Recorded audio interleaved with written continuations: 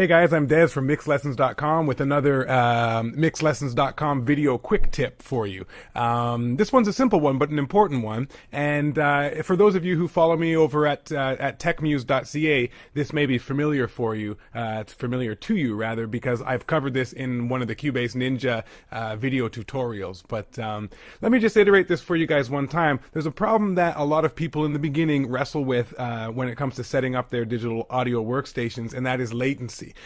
You've probably experienced it as, you plug your microphone in, you get your levels nice, you put your headphones on, you're ready to sing the master vocal take of your life, and when you speak, you hear the sound come back to your earphones a second or two later. That latency or delay makes it very, very difficult to perform with any kind of feel and emotion.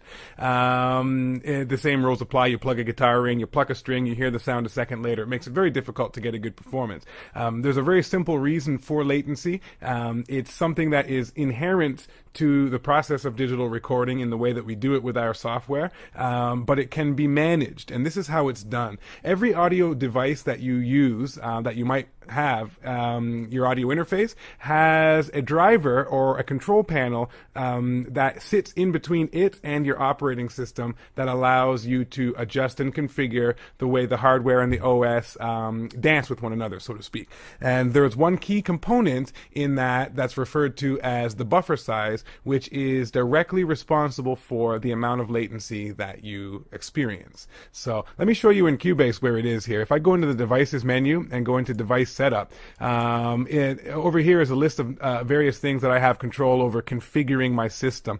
Down here under VST audio system is where I choose my audio interface. In my case, I'm using the Steinberg MR816X, which is actually from Yamaha now. A few years back, Yamaha bought Steinberg, and now they've got some excellent hardware. Now, right here underneath that, you'll see my latency is almost 50 milliseconds. Now, I'll tell you, 50 milliseconds is unplayable.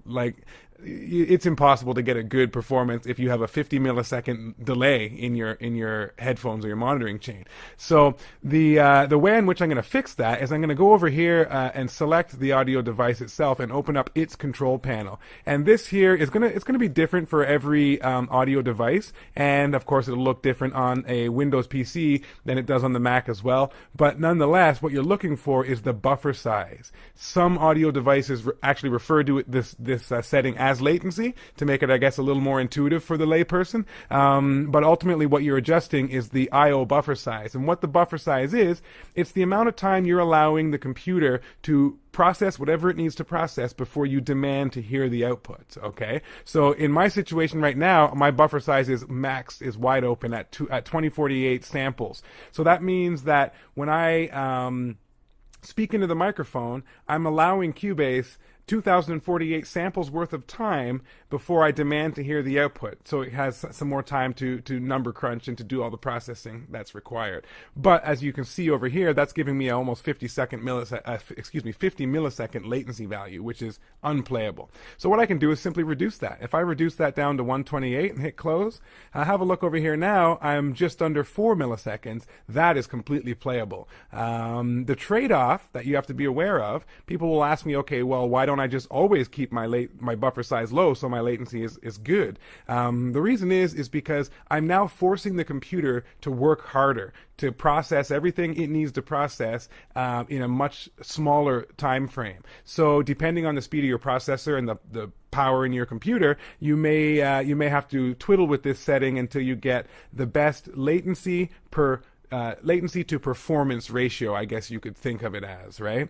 So right now I'm here at say just under 4 milliseconds of latency, which is totally fine. If I look down here in Cubase, which tells me my CPU usage, I see a little bit of flutter, but we're looking good. Of course, I've got no tracks on the screen. As my track counts grow and I start getting 20, 30 tracks of audio, and I start adding plugins and EQs and reverbs, I'm not going to be able to get away anymore with this small buffer size and small latency performance. So the general rule of thumb, while you're tracking, while you're inputting audio or MIDI performances into the computer to capture, set the buffer as low as you can get away with without any audio glitches. As soon as you've put the instruments away and the microphones away and you're ready to sit down and mix your music, then open the buffer size as wide as you can get away with, and allow your computer all of the thinking time that it needs. Because at that point in time, you're not worrying about the input to output latency, because there's no input anymore. You've put the input sources away. You're just dealing with playback in the mix stage.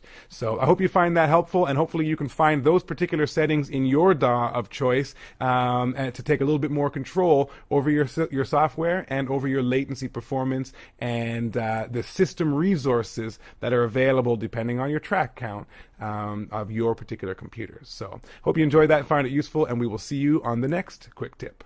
For more free video mixing quick tips, visit www.mixlessons.com.